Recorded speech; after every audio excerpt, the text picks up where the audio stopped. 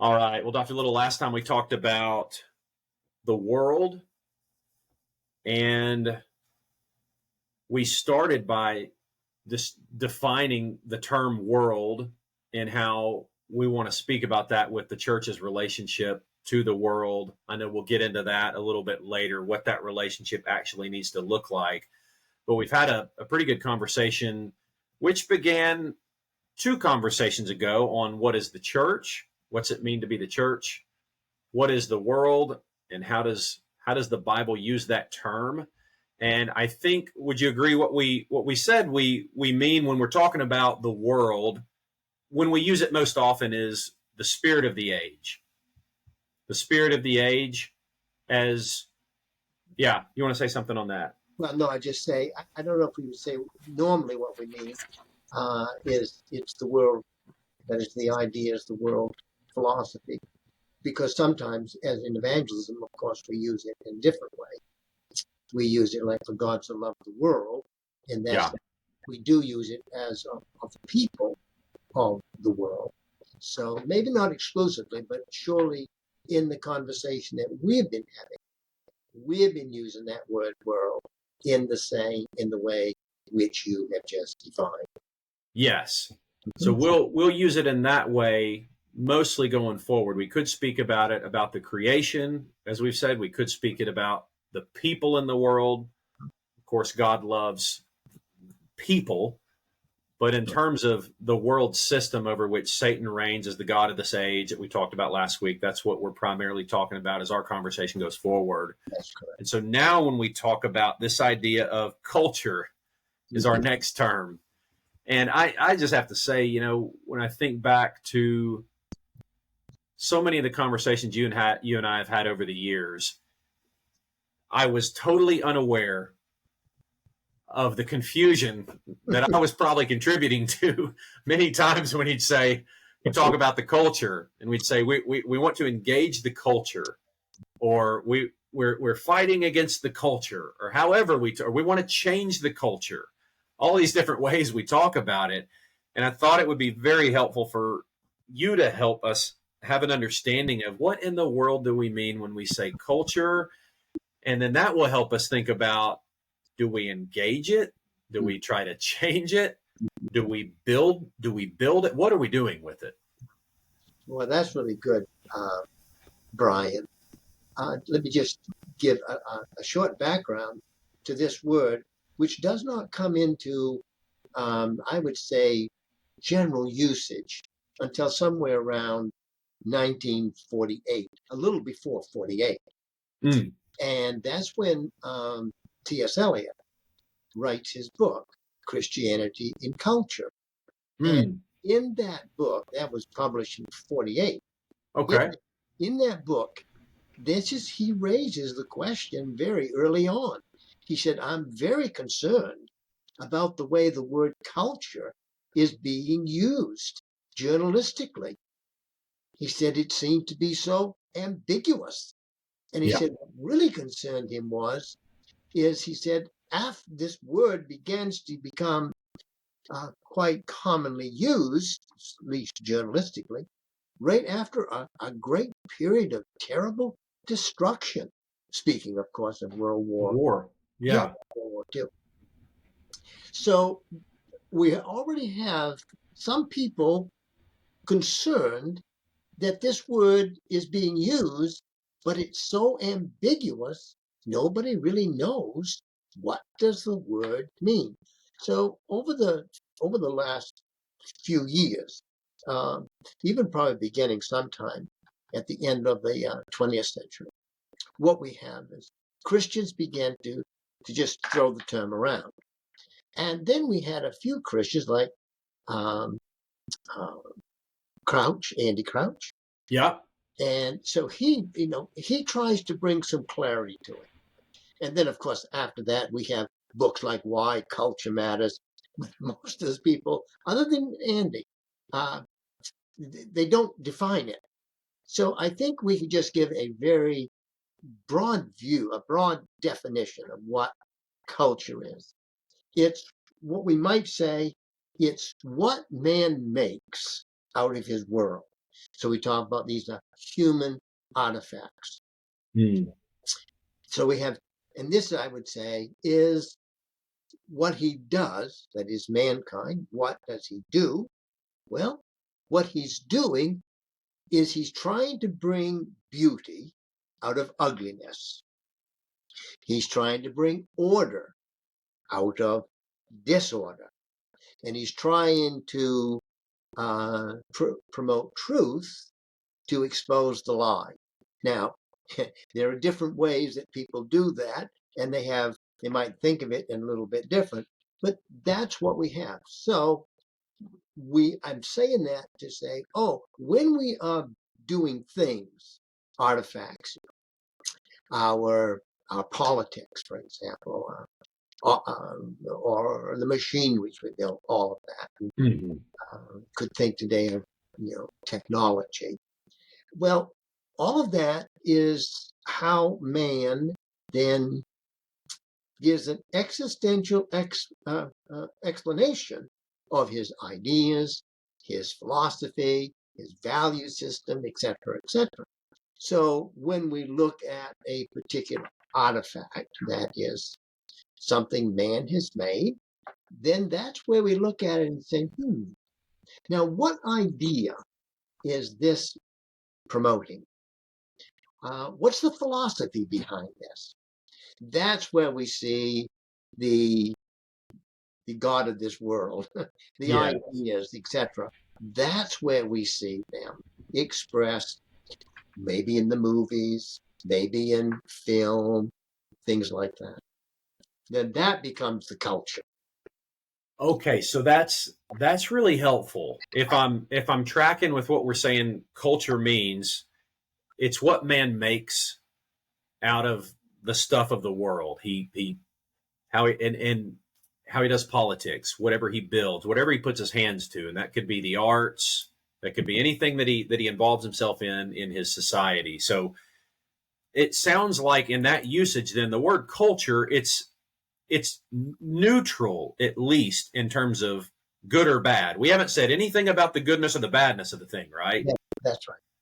Now that's different from what we just said about the world. Yes. In the way we're using that term. Because when we say world, again, we don't mean the create. I'm not speaking about it in terms of the creation. I'm not speaking about it in terms of the people of the world.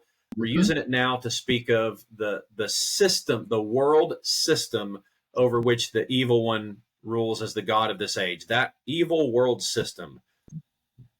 The word world is not a valueless term. We mean something very negative by that. Yes, generally, yes. Generally speaking, with culture, we do not. We've not said anything good or bad. We've simply said it's what man puts his hands to. Yes. That may be something very good. It could be something very bad. It could be something sort of in between. The other thing that you mentioned that I think is really key is you said that, I think the way you worded it, which is helpful, is that culture is how man gives existential expression to his ideas. Yes. So if that's the case, it's whatever is made with our hands. It almost seems inevitable then that what we call my worldview is going to just find itself filtering into what I just made with my hands. Yeah. And think about also the word world, the word culture actually comes from the word cultivate. So, yeah, so you see how this word, but it then takes on a life of its own, as T.S. Eliot was saying. And so now, where we now see, culture is bad. And I would say, I first saw how confusing this was when I used to give lectures in state universities in Eastern Europe. And there was a wonderful lady. She was a former communist, but she was in a history literature department. And I had said something negative about culture. And she came to me and we had a discussion. Then I realized, wait a minute. I know they misuse it because for them that's kind of in place of religion. But the fact of the matter is, she saw something in the way I was using it that was not correct. Mm. So I then began to say that we're not against culture, but we are concerned about the spirit of the world as it is manifested in culture. And that's a different thing. Yeah, that's a very different way to think about it. So if we go back to 1948, around then, when you find someone like a T.S. Eliot concerned about the way that culture is beginning to be used, Mhm. was his concern that it was being used synonymously with the way we've spoken about the world now in a negative sense? Is that what Eliot was seeing? No, he saw it as it was confusing society. Society versus culture, or rather, equating society with Society culture. with culture. And he was even concerned that it might bleed over into speaking about civilization, that culture was talking about civilization.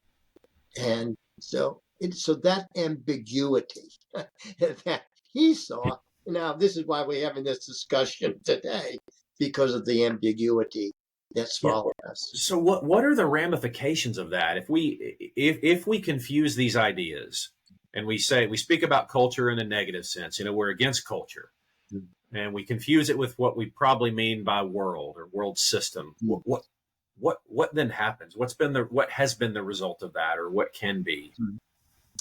Yeah, well, gosh, you're asking a tough question here. I'll take somewhat of a look at that. What happens is pretty much the same thing that happened when I was lecturing, that it makes it look like I'm against what human productions, that is art, we just call them artifacts. Yeah. And it looks like, so I say, oh, that culture itself is something definable. But in a sense, it has its own definition, but it's not as we're using it. So if I see a culture, we say, okay, the American culture, maybe it's easier to explain it this way. We talk about the American culture. So then we have Christians who are talking about engaging culture. Well, precisely what do they mean? Yeah. Engaging culture. Are they engaging culture? So let me back up and say, if we keep these ideas of culture, let's remember that the church has a culture. I would call that a subculture. Now, now this is Bruce talking, okay? So you have to take it with a grain of salt. All right. There is what we call the parent culture. Yeah. That's the culture that everybody's living in. Now, it used to be more monolithic than it is today. We're pretty much fractured, but there was a time, and you would say there's a parent culture. Yeah. And that would be that culture. But within the parent culture, there are subcultures. And one of the subcultures would be, for example, the church. Yeah. So we have our politics, and I'm not using that in a bad sense. Yeah. No, it could be. We have our politics. We have our music, or we used to. We have our literature. We have our liturgy. So those are the things that make up a Christian culture. Now, when you put the Christian culture, it's living inside this parent culture, there starts to be a conflict.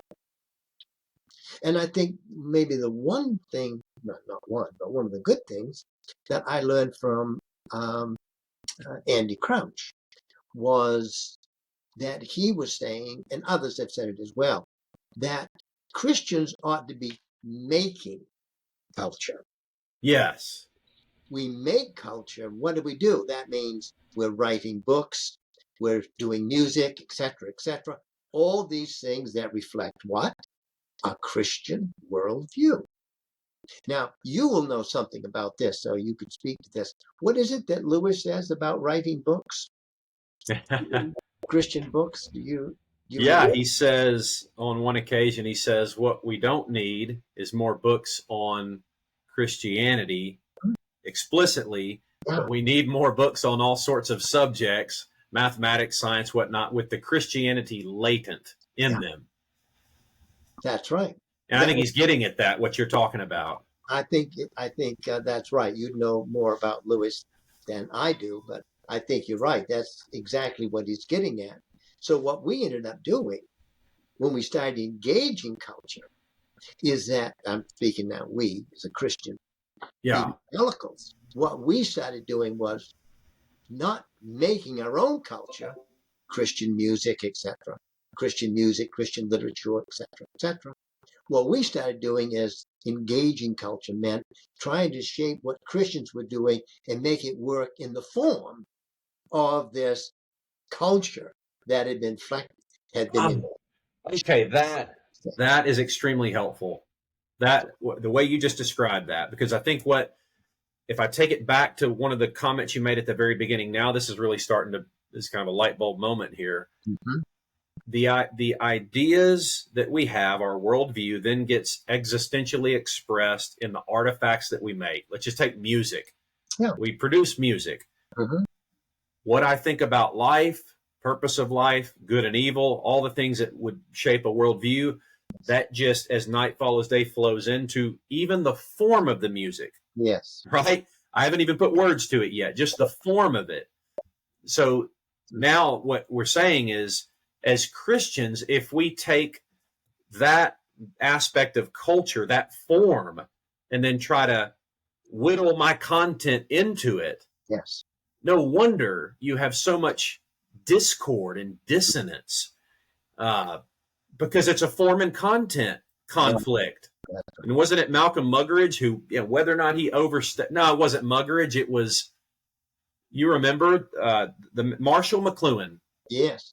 who made the comment, whether he overstated it or not, the point's well taken that the medium is the message.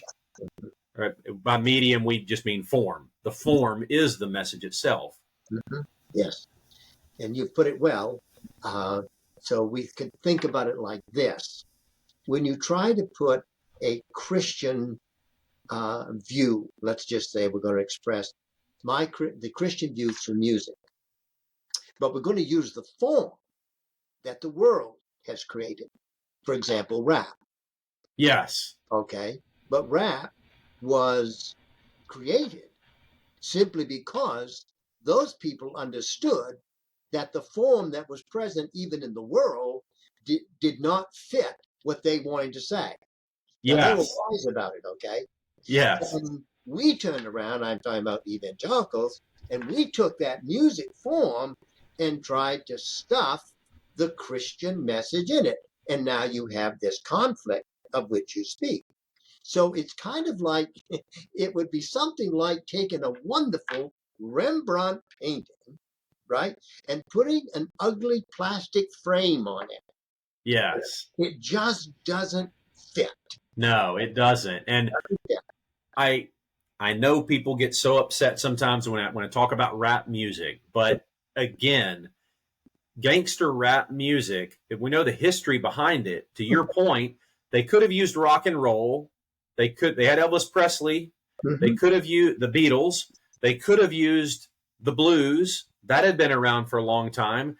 They could have used country or whatever you would. They had all these forms, but they didn't do that. And they wanted to package a form that they felt would convey illicit drug use, illicit sexual practices, this really gangster kind of prideful, aggressive life. And they couldn't harness any form that was already there. So they made a new one.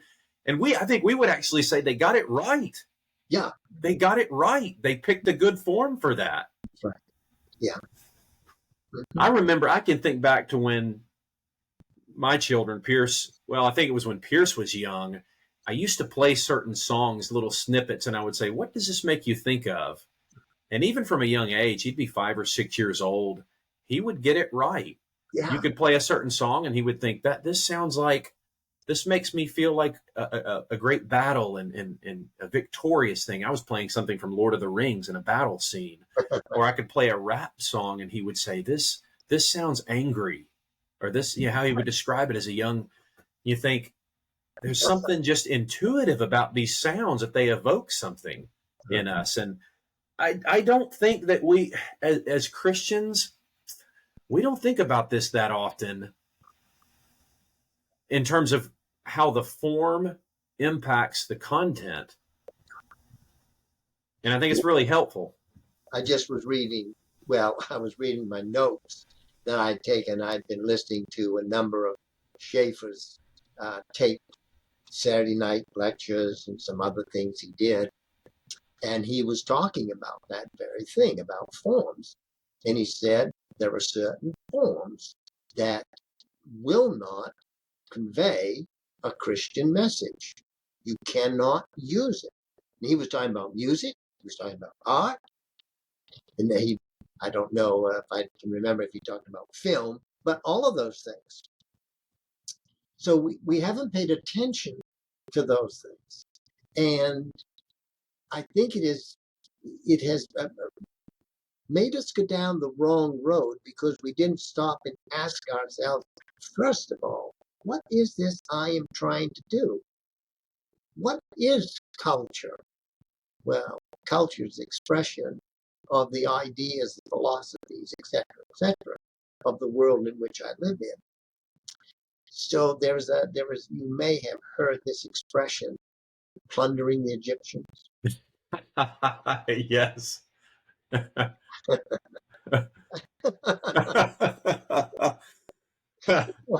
depends on if you mean what I read in my Bible or how people use that. Yeah, they use it today to say, well, yeah, that may all true. That may be what you're saying is true about the form, etc. But we're going to plunder the Egyptians. We're going to use what they make, and we're going to use it for the gospel.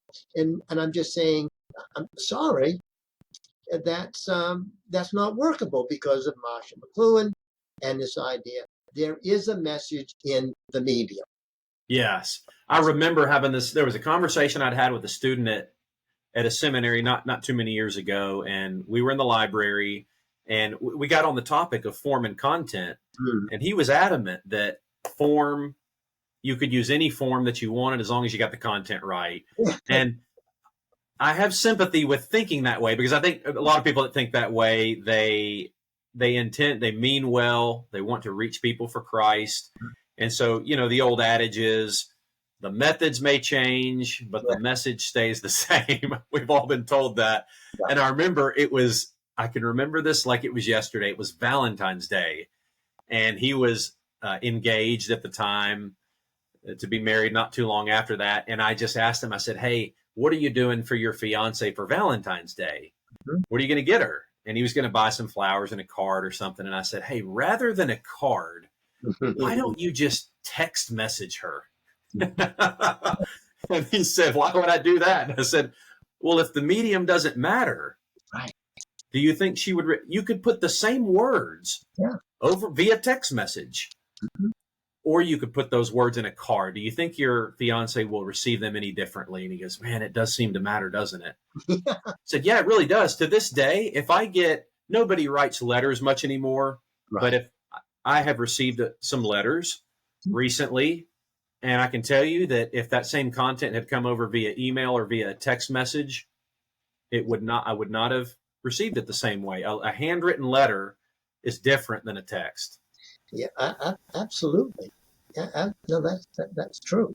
And when we think this idea of the message and the medium, I used to say to students who were saying the same thing the students said to you.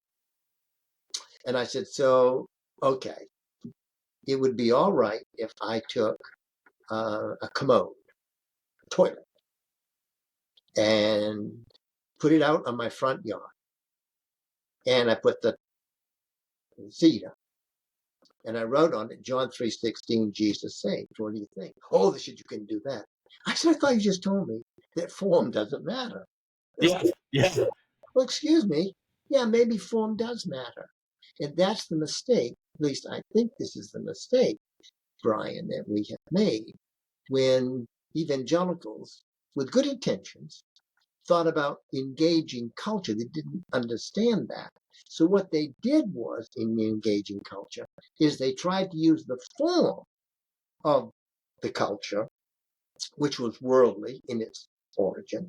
Yes. And then put Christian message in it. and wondered why it didn't work. And Yes. because the form overshadows the message.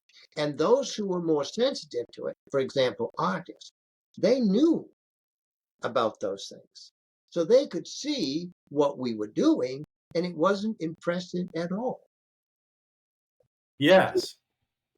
That so to put a point on this idea of engaging culture as Christians, if we go engage culture, we take the forms of the world, Mm-hmm. the worldly forms, Mm-hmm. and we try to squeeze in Christian content to those. Yeah, that just really helps. That helps clarify what what's wrong with this idea of let's go engage culture, because Mm-hmm. we haven't thought deeply enough about the impossible task we've just set ourselves up for. It's not possible that we get that right because we take a form that subverts our message. That's right. And I didn't know what to make of this when I didn't become a Christian until I was 20. But do you know that I can remember driving down the road and I had not had many probably correct thoughts in my life at that time, but I had a few. But I remember driving down the road and seeing a billboard, Yeah. and it had an advertisement for a local church, and it said, "Tired of life? Try Jesus." Mm-hmm. Now, I think I could probably say both the form and the content on that one were off. But even just the idea of driving down the road and seeing a billboard, and then you come to the next billboard and you see a McDonald's advertisement. And you come to the next billboard and they're selling you jewelry. Mm-hmm. You think, how does a gospel message fit That's right. in that context? That's right. Are we It does. selling something? See, that's the whole thing. What do we think of what is our mindset for the billboard? It is, this is advertising. So now I don't mind a church put up its directions to its physical location, Sure. those sort of things. But when we try to put up a Christian message, it because of the medium, it is perceived as advertising, and understandably why it is seen as advertising. Those sort of things of which you're bringing up, you start thinking about them and you see how far down the road or how many areas this is infecting. For example, and I know people don't, they, they think I'm really, um, I'm just an old crotchety man. I am a dinosaur, but I know I'm now in good company because Lewis said he was. But the whole idea of flat screens in the auditoriums or sanctuaries, we used to call them sanctuaries. And you see, what do we think of when we think about the flat screen? Well, we think about entertainment, football games, basketball games, and people say, "Oh, you're being too picky." Yeah. Well, okay, maybe I am, but I'm trying to be consistent. Yeah. And I would say the same thing. I know I get the same pushback when we start talking about these ideas and you start thinking, how does the form impact the message? Mm-hmm. And when we have some of these conversations, people think that just sounds really stuffy.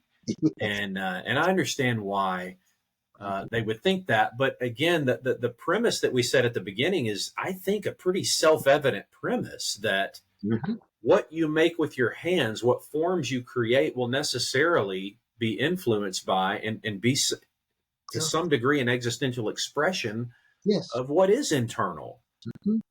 And that's where I think you mentioned culture and maybe the way that Christians could get at that better. Would we say rather than engaging culture, we want to make culture? Yes. I don't know that I will strike out engaging culture. If you want to say I'm engaging the ideas of culture, Yes. but so I often, when I was lecturing in Eastern Europe, I was engaging their culture, which was atheistic. I was engaging it with ideas, their ideas against the ideas as they would be formed by a Christian worldview. Yeah. But I don't think that's often what Christians have in mind when they are saying engaging culture. But to your point, I think we ought to be emphasizing on making culture that when a person, let's say an unsaved person, comes to our services, our Sunday morning service, they everything that is happening in that service, the way the service is set up, how it is designed on the interior, the liturgy, if you please, the music, as well as the sermon.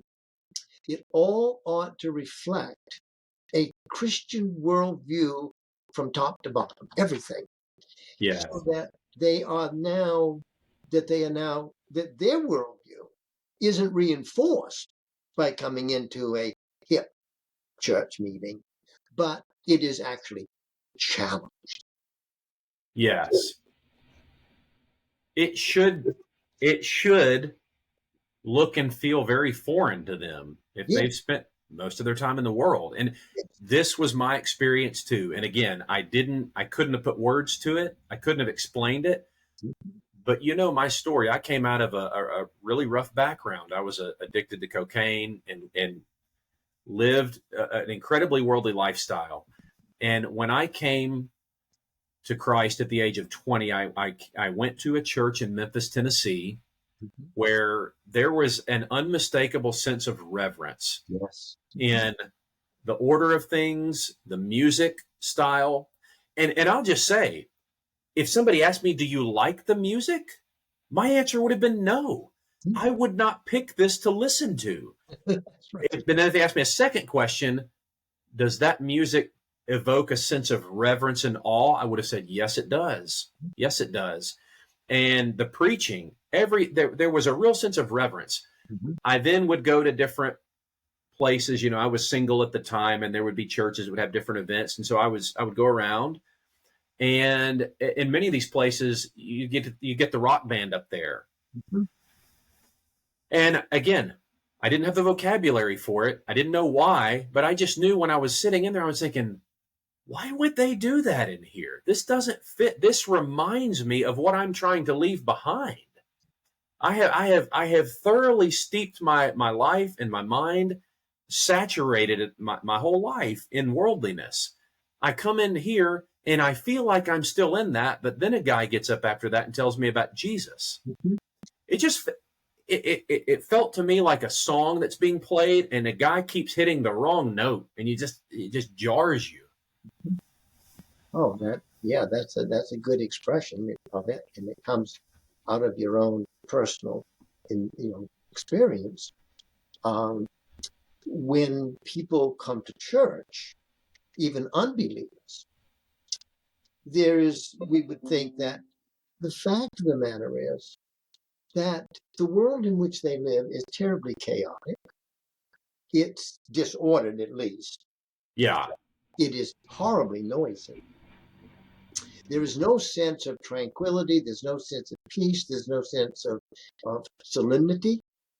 So when they come into a church, now I'm going to say, I think that there will be something that speaks to the better part of that person, because even though they may not say, I dislike what's out there, all of a sudden there's something attractive about what is here. I may not like the message when I first hear it, Right. but there is something that is drawing to this. Why? Because as a human being, I was not created for disorder. Yes. I was not created for ugliness. Right. I was created for beauty. So I think we've kind of gone against ourselves, even though I would admit best intentions, Yeah. best intentions. But the fact of the matter is that it has, as you have said, subverts the very message that we really want to present to the Yeah. unsaved. Yeah.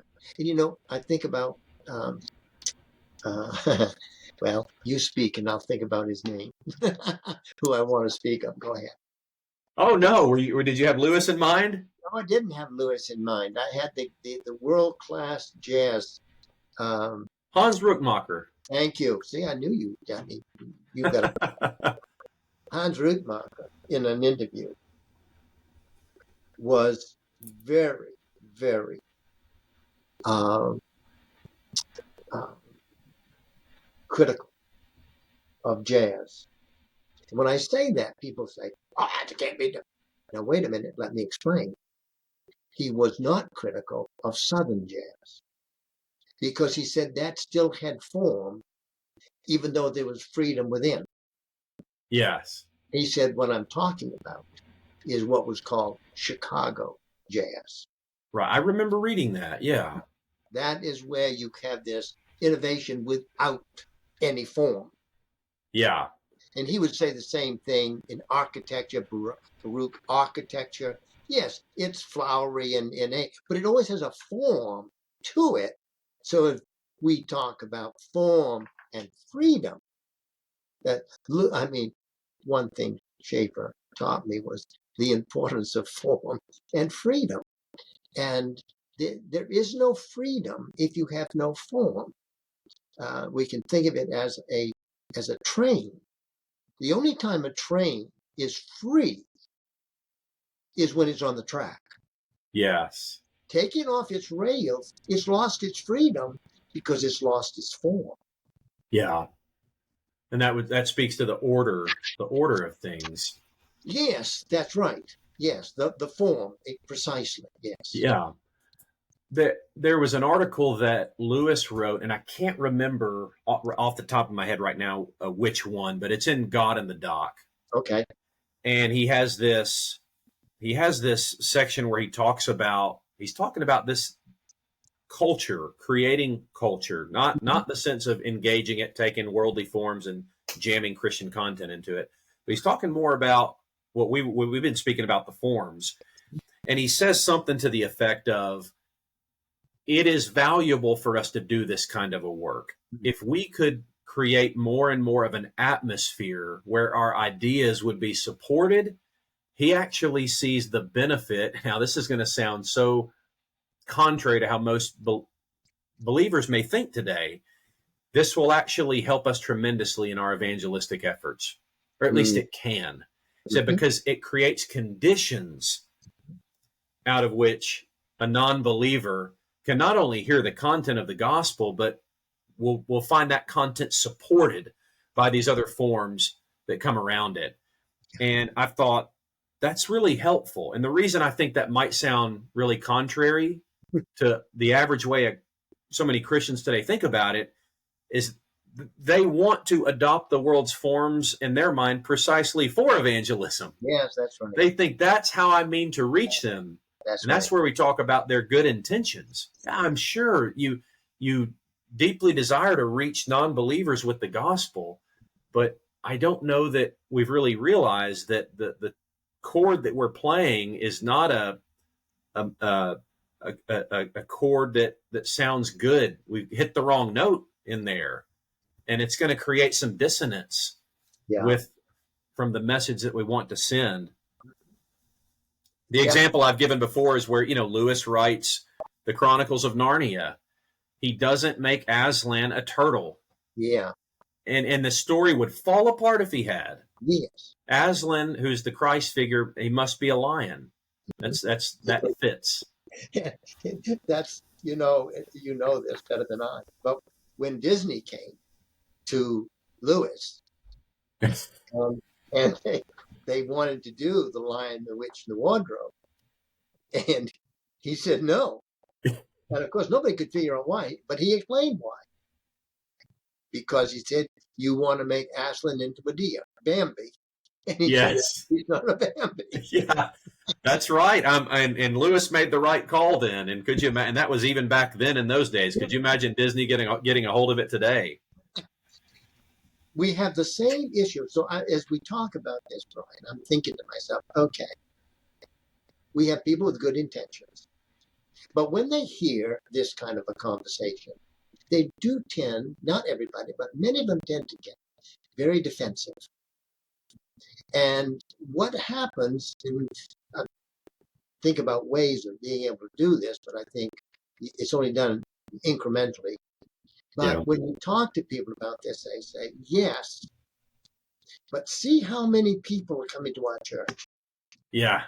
It's always an argument as if God works on the matter of statistics and averages, Yeah. not on truth.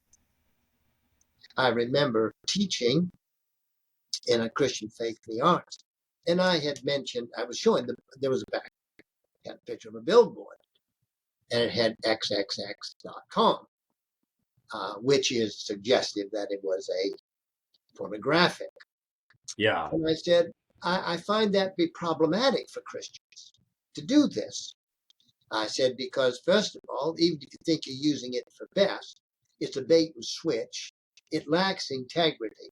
So one of the students in the class who disagreed with me, which was okay, wrote to these two pastors.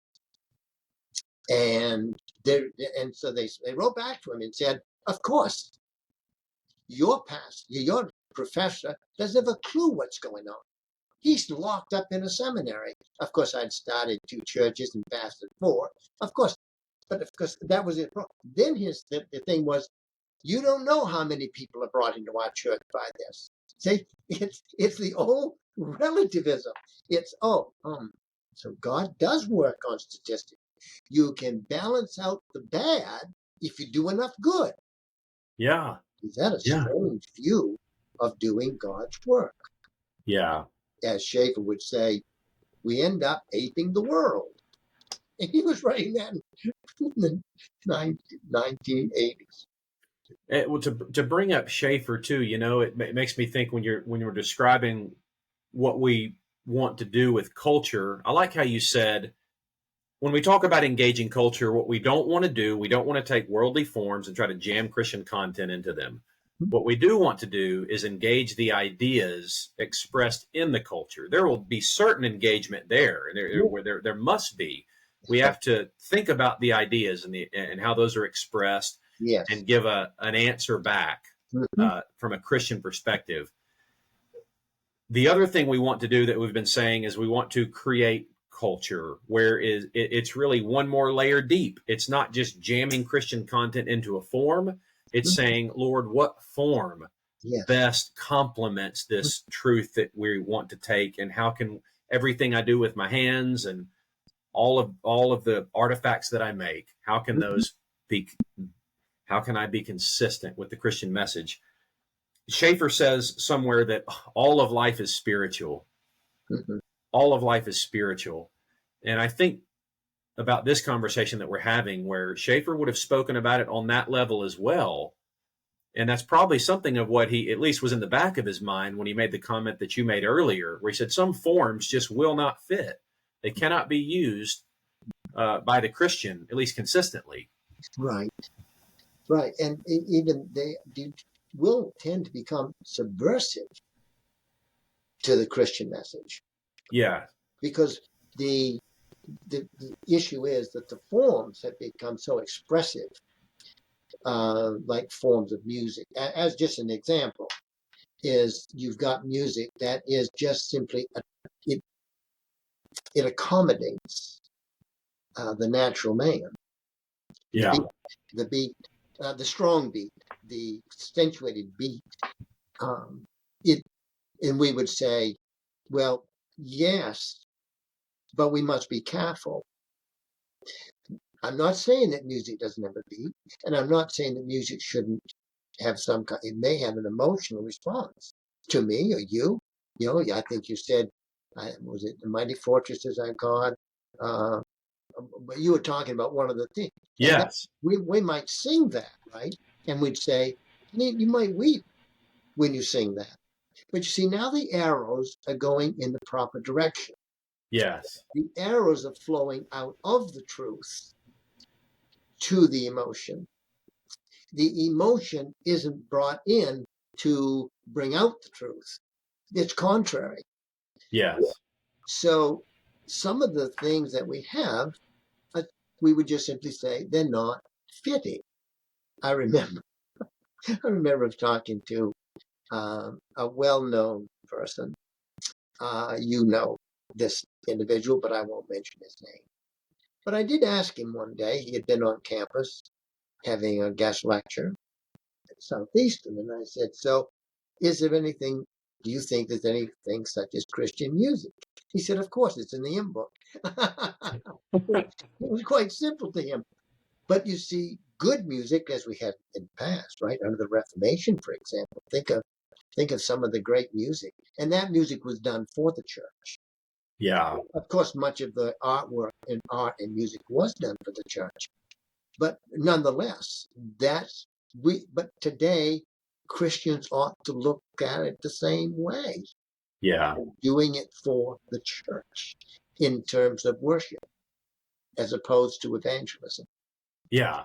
Now, I probably said way too much, but No, I think that's for that purpose, and especially when the church is gathered together to worship together, mhm, evangelism is not our primary task. right. That's what we do when we're out and about. Mhm. And so to structure a worship service and to bring in forms that are, even if we thought they were helping our evangelistic task, which I'm not convinced, but we've structured the service that's intended for the believer around that, how much is lost. You know what? I'm just suspicious. I'm maybe being too hard here, but I'll say it. I think that a lot of the pushback that I've heard over the years with these sorts of conversations will come from people who really love this form or that form. They're really invested. This is their kind of music. They play that music or they really listen to that kind of music. And they say, but you're attacking something that I really like. And I just think, unless we're totally sanctified, does any one of us want to claim that all of the things that we like are things that we ought to like? I mean, Lewis, he's the one who admits in his book, The Abolition of Man, he's Mhm, talking about, he calls it the Tao, which is mhm, just this objective reality that does give order, that values and whatnot, and things in the world have objective value. It's not just your feelings that you're expressing when you describe something. Either your description of that object is either fitting or not fitting to the kind of thing it really is.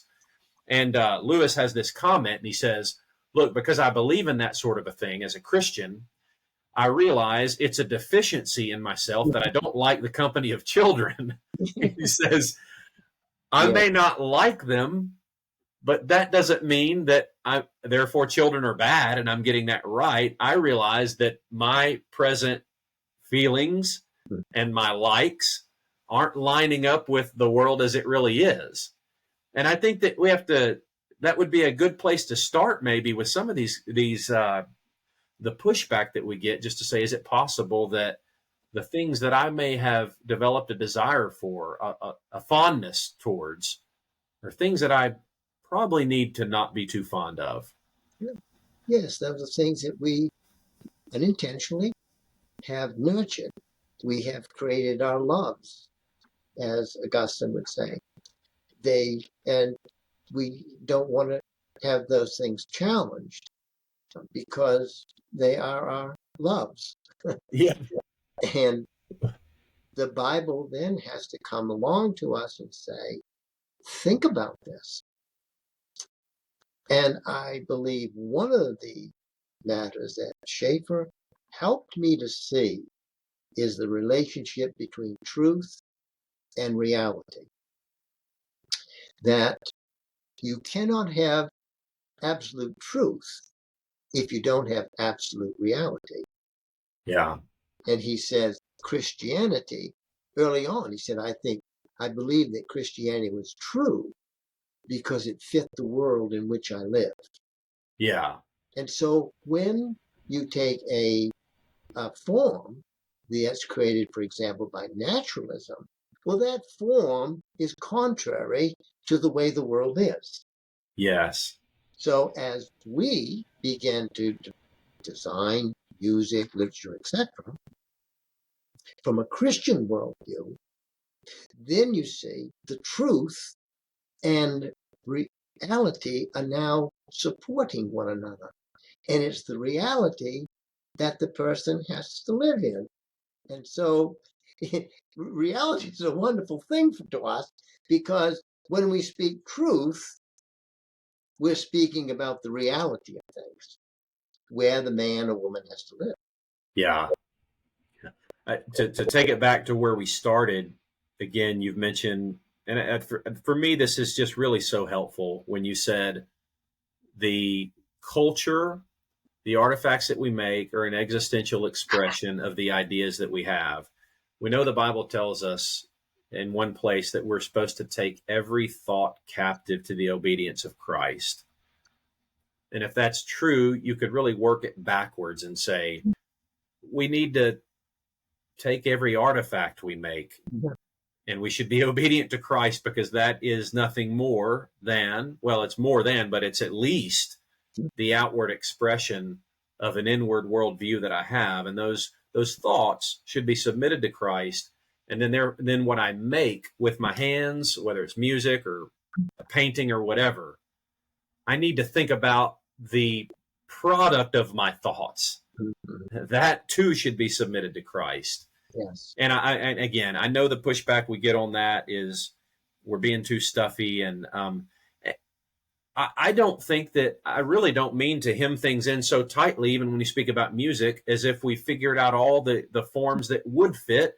I'm sure our spectrum of what we've discovered as humans is probably pretty thin. But no doubt about it, some of the forms we've talked about that just really don't fit with a Christian message. It's heavy metal would be another one. Yes. You know, they've done, you and I've talked in the past about the neurological studies they've done when they put the headphones in and they look at the activity, and it's aggression that's produced by that. That's not the kind of emotional response I should be having when I'm hearing about Christ dying for my sins. That's right. Mm-hmm. Yes, that's right. Well, you say, well, I realize that this is a deep conversation, and it does create pushback, but I'm reminded that Schaeffer would say, but there needs to be confrontation, but confrontation in love, in a kind way. How can we sit down and talk about these things? And the difficulty is that people have either one or two things. Either one, they don't even see things at that level. Or number two, they just assume that this is the right way to go. And the reason they do that is because of statistics. How many people are in my church? How many people we reach, et cetera, et cetera. And I just feel that's probably not the right way to go. So, in talking with people and not trying, I don't want to be somebody who is belligerent. I don't want to tear down everything. But I do think it's time for Christians to have a serious conversation about these things, because now it's not only the matter of those artifacts, it's also what we're now facing with in digital technology, or what Postman called the new technologies, in artificial intelligence. Yeah. So these are artifacts, and we know they're being produced by naturalistic, they're coding and such, by naturalistic minds that have a different view of man than the Christian gives. And so we have to ask ourselves, is it good? Is it fitting for me to use this particular technology when I know that it does not take into account the harms that it's doing to humanity? And I'm not saying everything gets tossed out. I'm only saying we need to be more critical as we do analysis of these things. And ask ourselves those questions. What's gained? What's lost? What's it doing for me? What's it doing to me? Why this and not that? There are good questions that we can ask, and hopefully we won't all settle in the same place. Yeah. But talking about the form, there ought to be certain boundaries, so to speak, in which we say, yes, that's outside the boundary. I believe I can operate in this way. So I'm willing to give people freedom, Yeah. but within bounds. Yeah. I do think that you and I've seen over the years that when the other side of this coin is when we do have these conversations, there are plenty of people who they've had a sense of this. They Yes. didn't have the vocabulary because I was one of those as well. I didn't have the vocabulary. I didn't know how to put it all together. I just knew something seemed really off. And then when you start to talk about it and start to put the right definitions on the words and get your categories in order, there are many people that find this kind of a conversation really refreshing, Mhm. and they see it. Yes. No, I think that's a great point. And you minister to people more than I do today. But I've noticed that even in the classroom, there were those who just said, wow, this is now making sense to me. This, Yes. this gives me a way of looking at it that objectifies my feelings. I have this sense it's not right, but I don't have any objective measurement by which I might go to this particular thing and say, based upon this, I think my sense was right. This Yes. this doesn't belong in this circle. Yes. Well, this is very helpful. I think we've talked now about the church. What's the church? The world, and what we really mean when we speak of the world in the sense of the spirit of the age or the evil world system over which the our enemy reigns, and then culture. Now talking about it in the sense of what man makes as artifacts. Next, what we can pick up is talking about the church's relationship to the world. We've already talked in some sense about the church's relationship to the culture, and we can maybe say a little more about that next time. But I do think it's really valuable to just work through these things and define these things. And if you remember where we started and the whole kind of umbrella that sits over these three conversations to this point is what does it look like to live as a Christian sacrificially, Mm-hmm. denying myself, picking up my cross, and following Christ. And it will touch these different levels that maybe we don't often think about as Christians. It's far deeper than just, am I doing something moral or versus immoral? It now has touched down into the area of the forms and the culture that we make. And have I thought enough about that level and submitted those things to Christ? And that's the very thing that happened in 1965 when Francis Schaeffer spoke at Wheaton College in the Spiritual Emphasis Week. And he talked about speaking historic Christianity of the 20th century. But in those lectures, he would say, true spirituality, that is living under the lordship of Christ, that we have been freed from sin, that we might live and walk in newness of life. And then he said, then this affects everything across the whole spectrum of our culture. It affects it all. It affects it all.